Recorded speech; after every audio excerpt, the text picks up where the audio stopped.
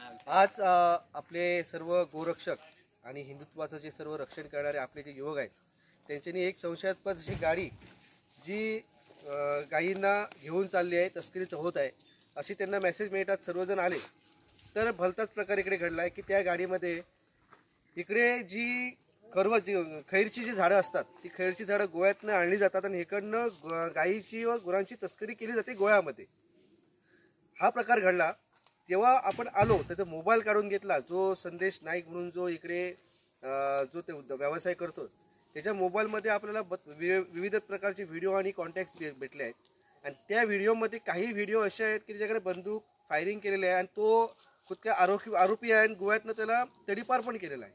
असं सर्व हे एवढं चाललं आहे दोडामार्गमध्ये. आणि दोडामार्गच्या हाकेच्या शहराच्या हाकेच्या अंतरावर इकडे सर्व चालू असताना सर्व प्रशासन सर्वांनी एवढं सुस्तीपणा आहे ह्याची एक आम्हाला खंत आहे की आम्ही सर्व ही गोष्ट आपल्या जे नितेश राणे साहेब आहेत त्यांना लवकरात लवकर त्याच्या कानावर घालून हे सर्वचे काय प्रकार चालले दोडामार्गमध्ये.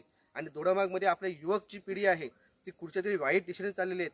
इकडे गांजा ड्रग्सचे धंदे चालत आहेत, ह्या प्रकारचे जे अवैध धंदे चालत आहेत ह्याच्यावर काही नियंत्रण नाही आहे.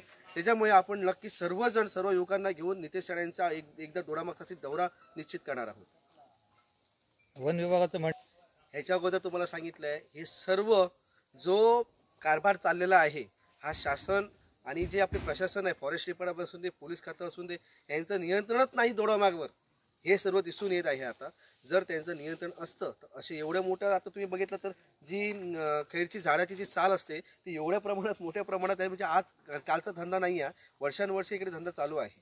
आणि हे धंदे आमच्यापेक्षा आपल्या इतर युवकांपेक्षा इतरांना व प्रशासनाला माहीत नसेल, ठाऊक नसेल, हे आपण सांगता येत नाही.